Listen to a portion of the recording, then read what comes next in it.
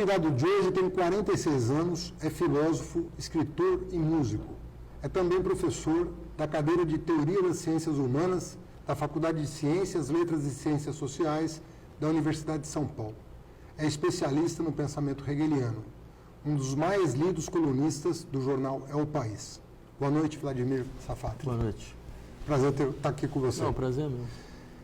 Agora, além de ser um intelectual reconhecido, né, pela obra, pelas intervenções que você faz, você também se aventurou na política. Você entrou num partido político, você se colocou à disposição desse partido. Queria que você contasse um pouco essa história da tua impulso em participar da vida pública. Acho que foi depois de 2013, né? Quer dizer, eu achava que era um momento meio decisivo da história brasileira, que era necessário intervir de uma outra maneira. A minha intervenção sempre foi muito pontual, muito de análise e tal. E eles me chamaram, né? Eles queriam que eu fosse candidato a governador em 2014. Só que, bem, você sabe disso melhor do que eu. Quer dizer, você precisa saber lidar com partidos, né? Eu não creio que eu seja uma pessoa capaz de saber, de fato, lidar com estruturas partidárias. Então, acho que é todo um know-how, toda uma habilidade, ou você tem, ou você não tem. Né? Eu, no dado momento, eu entendi, não, eu não tenho. Né? Mas eu continuei. Né? Eu continuei porque achava que era necessário tentar explorar espaços de debates. Né? Quer dizer, achava que a partir daquele momento a esquerda brasileira ia entrar num processo lento, doloroso, difícil de reestruturação. Né? E que ideias novas poderiam surgir? Sim. E podem. Que acho que esse era um pouco o nosso desafio. Né? Que era, quer dizer, gente que vem da academia. Arejar, né? Tem uma tradição, digamos, na academia brasileira de intervenção dos seus intelectuais dentro do espaço público. É uma coisa que vem dos anos 40, quer dizer, Celso Furtado, Darcy Ribeiro, Caio Prado. Né? Fernando Henrique pregou. E eu acho que isso faz todo sentido, né? E é necessário preservar, né? E espero que a gente consiga preservar para as próximas gerações também. Não, para não falar de Florestan Fernandes, de Paulo Singer, enfim. Que você vê que é uma Marilena Chaui, muita gente que interveio na política e com intervenções, eu diria, muito criativas, inclusive, né? Usando um potencial crítico importante à época. Sim. Né? E mesmo acho que a história da Nova República também é um pouco uma história de um conjunto de intelectuais que, de uma maneira ou de outra, acabam indo para a esfera pública. Né? Então, acho que esse processo ele é um processo constituinte da história da universidade brasileira. Né? E o Brasil é um dos poucos países que conseguiu preservar isso. Né? E acho que isso tem importância, porque mostra um pouco como o sistema de ideias não é uma coisa que se dá no ar. Né? Você não deduz ideias transcendentalmente. Né? Elas são, na verdade, a expressão de movimentos da vida prática. Né? Então, e é necessário também fazer essa volta, né? Mostrar que as ideias voltam à vida prática. Você está mais na universidade do que eu, estou voltando agora para a universidade depois da campanha de 18. Então, é todo um trabalho também de reinserção que não é simples. Né? Você tem que montar teu plano de pesquisa, voltar a delimitar o teu campo de atuação, o que não é uma coisa fácil. Como é que você vê a universidade brasileira hoje? O que você... você circula no Brasil, você é muito convidado para palestrar fora de São Paulo, você circula no ambiente universitário. Mudou alguma coisa? Olha, 3 coisas me chamam muita atenção. Primeiro, nos últimos anos, você percebe que, principalmente no Nordeste, a qualidade do debate ela explodiu. Hoje não tem mais essa diferença. O debate que você faz em São Paulo, o debate que você faz em Aracaju, ele tem um nível diferente. Não, isso não existe mais. Aquela preponderância. Isso acabou completamente. O Sudeste. Sim, isso acabou completamente. Quer dizer, primeiro pelo fato de a gente viver num sistema de rede, então você tem acesso ao mesmo tempo em qualquer lugar do mundo, em toda a bibliografia. Portal da capa, aquela coisa toda que disseminou. E também você teve esse fortalecimento de núcleos universitários no Brasil, a interiorização desses núcleos, com consequências, acho, absolutamente decisivas. E é muito interessante esse fato que a gente viu depois dos números. Você tem hoje um contingente negro enorme na universidade, a maioria dos universitários são mulheres. Isso tudo muda muito a configuração do debate, muda para melhor. Né? Sim. Então, acho que nesse ponto eu consigo entender por que um dos grandes inimigos desse governo é a universidade. Né? Porque, de fato, da universidade vem um desejo de crítica muito, muito, muito forte. Né? Eu insistiria nisso, é um desejo de crítica. Né? É um desejo de entender, um desejo de intervir, e ele é completamente generalizado. Né? Esse eu acho que é o primeiro ponto. O segundo, eu diria, no entanto, exatamente nesse momento, você teve um sistema de cooptação da classe intelectual que é extremamente problemático, né? Porque a gente foi, durante décadas, submetido a um discurso que era mais ou menos o seguinte: você precisa ser rigoroso na sua área, né? E você vai ser avaliado. Você vai ter milhões de avaliações, não só no Brasil, internacionais, ranqueamento internacional, tudo isso, coisa que não foi inventado aqui, é um processo mundial. Só que eu diria, esse processo, ele fez com que as novas gerações, elas esquecessem a relação universidade-sociedade. Né? Então, quer dizer, veja o tipo de pressão, o que acontece. Entendo. Por exemplo, hoje, entre outras coisas, você é pressionado a ter uma publicação extensa em inglês, por exemplo. Não que eu seja contra, mas só pensar o que isso acarreta. Então, tem muitos colegas que praticamente não escrevem mais em português. Então, o que acontece? A sociedade, ela não lê mais, porque você não está nem na língua da sua própria sociedade. Você está dialogando com a comunidade internacional. Não mais com o cidadão do teu país. Que é hiperlimitada, inclusive. Ou seja, ao mesmo tempo que você vê uma revolução benéfica, no sentido de uma alteração do corpo docente, que se espalhou com qualidade pelo país, e do corpo discente, agregando novos contingentes de negros, mulheres, que não tinham acesso, tem uma pressão externa que limita esse conhecimento de ser disseminado e de alguma forma, produzir efeitos concretos sobre a vida prática. Eu acho que isso existe mesmo. Você pensa, por exemplo, Darcy Ribeiro, entre vários outros. Era um intelectual que lançava livros e os livros eram lidos pelo brasileiro médio. Não é pelo especialista. Era quase um best-seller. Né? E às vezes até acontecia isso mesmo. Né? E esse dado é um dado fundamental, porque se você não faz isso na universidade, alguém vai fazer. E normalmente alguém vai fazer sem a formação e com outro tipo de interesse.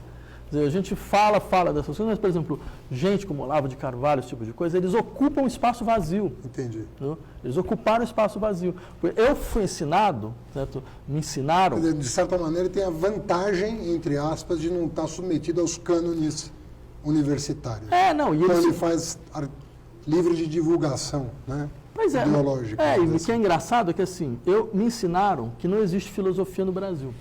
A gente falavam isso pra gente, olha, não queira ser filósofo no Brasil, você vai ser um professor de filosofia. Só é possível filosofar em alemão. Ou em francês, em inglês, mas não no Brasil. Mas era assim, porque a gente não tem... O que foi tentado nesse sentido era uma coisa completamente irrelevante. Né? Então, esse pessoal fala a mesma coisa, fala, não, de fato não tem filosofia no Brasil. Esse pessoal da extrema-direita. Então, agora a gente vai fazer alguma coisa. Ou seja, eles ocupam um espaço. Né? E isso foi um erro. Até pela negação da qualidade do que foi produzido aqui de bom. Sim. Porque ela não circula, porque a nossa circulação é limitada, exatamente. Então, ele pode chegar e falar, não, nada foi feito de interessante. Agora, Vladimir, remontando aí as suas inquietações originais, né, de psicanálise e teoria, a psicanálise foi muito valorizada, né, por um período longo, né, para ajudar a entender a sociedade, ajudar não só a entender os problemas do indivíduo, né, na clínica, mas também para entender a sociedade. O que ficou dessa tradição de compreender melhor a sociedade a partir de insights psicanalíticos, tanto na tradição francesa quanto na tradição alemã? Olha, eu insistiria no seguinte, eu acho assim, uma das maiores contribuições do Freud, na verdade, não foi nem a ideia de inconsciente, porque ela está lá de uma certa forma já na história da filosofia, mas é a compreensão de que o sofrimento psíquico é expressão das contradições imanentes da vida social. A maneira com que eu sofro, com que a histérica sofre, a maneira com o neurótico obsessivo constitui seus rituais obsessivos, a maneira com o esquizofrênico delira, isso tem relações profundas com o impacto das contradições imanentes das instituições e das normas sociais. Então, essas normas, elas nos fazem sofrer. E o que é mais interessante no caso do Freud elas nos fazem sofrer não porque elas estão desreguladas, não, como, sei lá, no caso do Durkheim, então você tem uma desregulação social das normas e os produtos anomia. Não, o funcionamento normal das nossas instituições é opressivo. ela produz sofrimento patológico. Né? E acho que essa foi uma das grandes contribuições do Freud, ou seja, a família, não é que a família está desestruturada e ela produz sofrimento. Quando ela funciona normalmente, ela produz neurose. Você só consegue entrar na família através da neurose. Quer dizer, a constituição de identidade de gênero, normalmente, ela produz um tipo de sofrimento. E esse eu acho uma contribuição absolutamente decisiva, porque ela te coloca em duas soluções possíveis. Ou você vai ter uma visão resignada da vida social, não é, de fato, a vida social ela é cheia de imperfeições, a gente tem que saber lidar com essas imperfeições, ou você entra numa dinâmica transformadora da vida social. Não, mas de fato, ou seja, essa configuração institucional e social atual, ela é indissociável de um sofrimento insuportável. Então é necessário lutar para transformá-la. E essas duas vias vão criar duas histórias que vão andar em paralelo no século XX até hoje, no campo da psicanálise e de todas as outras clínicas que vão se derivando um pouco daí. Você vai ter experiências clínicas que vão lutar por transformações profundas na escola, nos hospitais, na estrutura da família, na estrutura da vida social, e você tem outras que não vão pegar esse caminho. Né? Agora, bom, eu me lembro do impacto até hoje de ter lido Eros e Civilização do Marcuse, por exemplo, na esteira da leitura do Mal-Estar da Civilização do Freud, que é a que você está se referindo de alguma maneira. Qual que é a tua posição em relação a isso? Nós estamos fadados a sofrer um mal-estar crônico em função do fato de termos adotado regras que permitem uma sociabilidade ainda que travada, ou você é mais libertário no sentido de conceber utopias ou formas de sociabilidade que sejam... Lembra do Benjamin quando falava todo documento de civilização, documento de barbárie?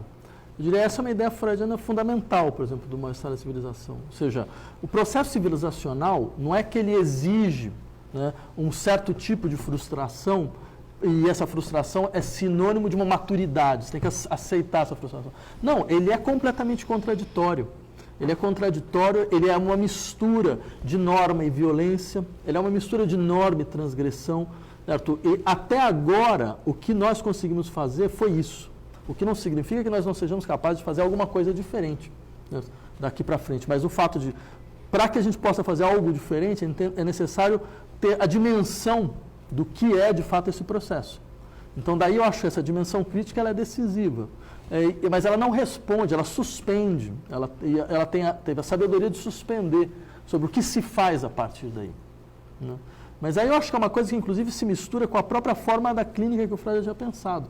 Ele falava, olha, por que é uma psicanálise? Porque você analisa, tal como você faz em química. Você decompõe, você disseca, você desintegra. Aquilo que parece a unidade da personalidade do sujeito, você vai desintegrar. Só que você não recompõe depois. Ou seja, você não restaura. Então, não é uma ideia de intervenção como restauração. É uma ideia de intervenção. É o que ele fala, olha, quem vai restaurar é o sujeito. Porque ele vai restaurar... Não é você que põe as peças no lugar. Porque ele vai se reconstituir num processo... Exatamente. Num processo que vai ser singular daqui para frente. Porque a ideia fundamental é que essa doença ela tem uma função. A função é mostrar que tem, de fato, alguma coisa que não encontrou lugar no sujeito. Né? E se algo não encontrou lugar, não é restaurando a situação anterior que você vai conseguir eliminar esse elemento, que é o elemento que faz com que a vida seja uma vida insuportável. Né? Então, quer dizer, tem uma dinâmica singular de transformação. Eu diria que isso tem consequências muito interessantes para o campo social. Se nossas sociedades são sociedades que entenderam essas clínicas como elemento fundamental da sua cultura, quer dizer, é impossível contar o século XX sem passar pela psicanálise, sem passar pelo marxismo, por várias outras coisas, é porque, de uma certa maneira, eles conseguiram vocalizar um processo que nos é comum a todos. Né? E no que o Lacan ajuda o Freud? Nesse sentido? Nesse sentido. Então, eu diria o seguinte... Eu conheço o Lacan da clínica, eu fiz terapia lacaniana. Mas eu não conheço a obra do Lacan no que ele aporta ao Freud. Olha, teria várias maneiras de discutir isso. Uma que eu acho interessante é a seguinte. Quando ele começa a desenvolver sua teoria, nos anos 30 e 40, é exatamente o momento de ascensão do fascismo. Né? E, de uma certa forma, então, o que ele vai dizer? Olha, há uma personalidade que foi constituída historicamente, que ela é agressiva, que ela não sabe lidar com a diferença, que ela tem ilusões de unidade, que ela tem ilusões de imunidade, isso de forma absoluta. É claro, o que ele está falando? De um tipo de personalidade que é a personalidade que vai ser hegemônica dentro do horizonte fascista, né? E o que é mais interessante, ele vai dizer, dentro desse horizonte, o que acontece? As relações de poder, de identificação, elas não são mais, por exemplo, relações patriarcais. A gente não vive mais numa sociedade patriarcal, porque a figura do pai decaiu. Os frankfurtianos insistiam nisso, o declínio da figura paterna, tal, devido ao desenvolvimento econômico, a figura do pai como iniciador já não funciona mais dessa forma. Ele diz, mas sabe o que acontece quando a figura patriarcal cai? Quer dizer, não que seja necessário sustentá-la, mas também é importante entender quais são as maneiras de uma certa forma, responder a isso. E uma delas entra um tipo de identificação que é narcísica, que não é mais uma identificação paterna, ela é narcísica. Isso significa o quê? Quem vai estar no poder vai ser alguém como eu, que não é mais o ideal, não é aquele ideal monárquico, soberano, não. É alguém que é exatamente como eu. Isso significa tem os mesmos defeitos, tem as mesmas incapacidades, tem as mesmas inabilidades, só que isso é um elemento decisivo para o processo identificatório. Sei lá, o Adorno, quando fala Hitler, para você entender a figura do Hitler, você tem que entender a figura do pequeno grande homem. Sim. Né? É uma mistura de barbeiro de subúrbio e King Kong. Né? Ele dizia, mas você percebe, a identificação ela se dá exatamente com o lado barbeiro de subúrbio, com o lado pequeno homem. Certo? Com esse lado, olha, eu sou tão fraco quanto você, só que eu estou no lugar de poder, então eu sou você no poder. Isso cria uma identificação terrível, brutal, mas muito forte, que a gente vê em todas essas situações autoritárias, como elas voltam. Né? Você diria que os textos do Lacan e do Adorno da mesma época têm uma sintonia, têm um pano de fundo? Eu diria que sim, porque eu diria que sim, quer dizer, eles só não teriam essa sensibilidade se eles estivessem completamente fora do mundo, né? Porque, afinal de contas, eles estão num mundo onde... Mas há uma convergência, inclusive, de diagnóstico, pelo que você está falando. Sim, sim. Não, tem textos, inclusive, que são quase idênticos. Por exemplo, a articulação Kant-Sade, né, que está na dialética do esclarecimento, tem um texto do Lacan que é exatamente a mesma coisa. Tem coisas muito interessantes nessas articulações cruzadas, né, eu diria. Mas eu acho que eles se deparam com um problema social fundamental. Né? Agora, Vladimir, depois do nazismo, do nazifascismo, vamos chamar assim, você tem no pós-guerra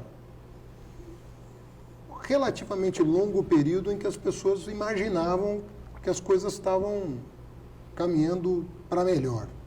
Né? O período chamado os 30 anos de estabilidade social democrata, direitos sociais cada vez mais amplos, uma certa afirmação de direitos civis que não estavam dados no pré-guerra, a questão do negro nos Estados Unidos, da mulher, enfim, vários temas surgiram. E a questão não só da identidade, mas a questão social.